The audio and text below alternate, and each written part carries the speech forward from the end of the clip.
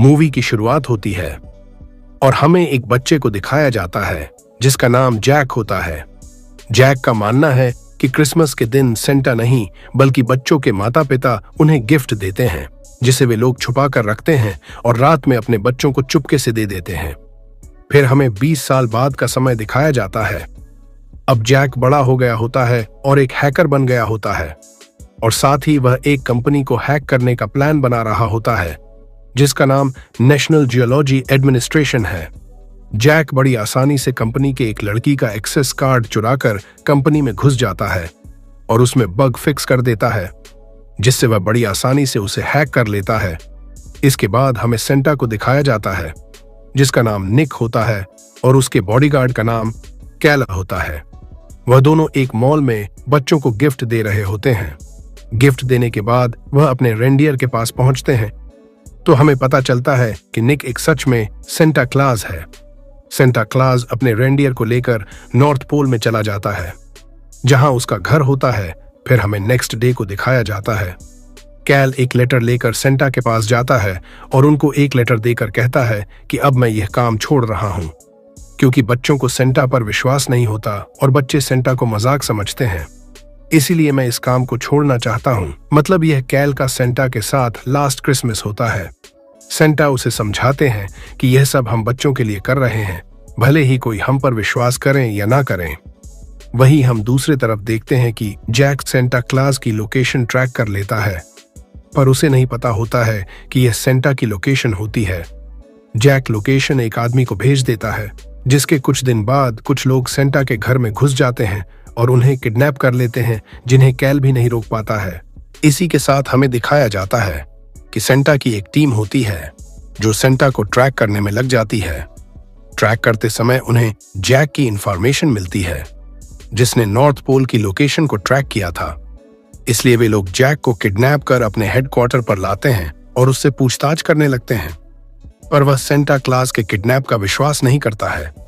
लेकिन जब वह कैल और उसके दोस्त को देखता है तो उसे विश्वास हो जाता है, लेकिन वह फिर भी उसे कुछ नहीं बताता है।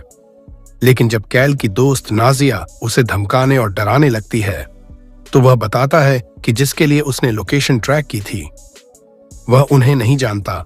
वे लोग उसे ऑनलाइन कांटेक्ट किए थे। फिर वह बताता है कि उसने उन्हें इंफॉर्मेशन ट्रांसफर किया था तो उसने उसमें एक वीपीएन डाल दिया था जिससे वह उन लोगों की लोकेशन ट्रैक कर सके। इसी के साथ जैक के अंदर भी एक ट्रैकर लगा दिया जाता है ताकि वह भाग ना सके। नेक्स्ट सीन में हमें सेंटा क्लॉज को दिखाया जाता है जिन्हें ग्रीला नाम की एक बीच ने कैद करके रखा होता है। वह सेंटा क्लॉज की शक्तियों को लेकर दुनिया को नष्ट करके एक नई दुनिया बनाना चाहती थी। दूसरी तरफ जैक और कैल एक टॉय शॉप में जाते हैं और वहां से बहुत से टॉय लेते हैं और बाहर चले आते हैं। कैल एक टॉय कार को नीचे रखता है और उसे अपनी शक्ति से बड़ा कर देता है जिसमें बैठकर वे लोग जैक द्वारा बताए गए लोकेशन पर पहुंच जाते हैं। लेकिन जब वह उस आदमी से बात करने जाते हैं तो उस आदमी के बॉडीगार्ड उन पर हमला कर देते हैं पर कैल उन्हें मार मार कर बेहोश कर देता है।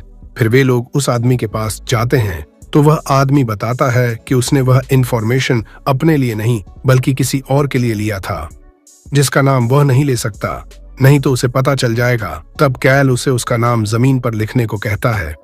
जब वह आदमी नाम लिख देता है तो जैक उसे पढ़ देता है जिससे ग्रीला को उनके बारे में पता चल जाता है और वह अपनी शक्ति से उस आदमी के अंदर आ जाती है और उसी समय कैल उसे लाइव टेलीकास्ट कर देता है जिससे उसकी टीम कुछ इंफॉर्मेशन कलेक्ट कर लेती है।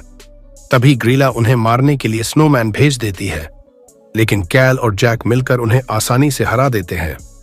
इंफॉर्मेशन में उन्हें एक लोकेशन मिलती है जिसे देखकर जूई और कैल हैरान हो जाते हैं क्योंकि वहां सेंटा का भाई रहता था जिसका नाम क्रैम्पस होता है। सेंटा और क्रैम्पस में डील हुई थी कि सेंटा या उसके लोग कभी भी उसकी लोकेशन पर नहीं आएंगे।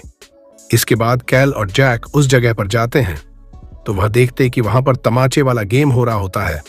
जब क्रैम्पस कैल को देखता है तो वह उसे वहां से चले जाने को कहता है पर कैल उससे ग्रीला के बारे में पूछता है तो वह बताता है कि वह इंसानों को एक स्नोबॉल में कैद करना चाहती है।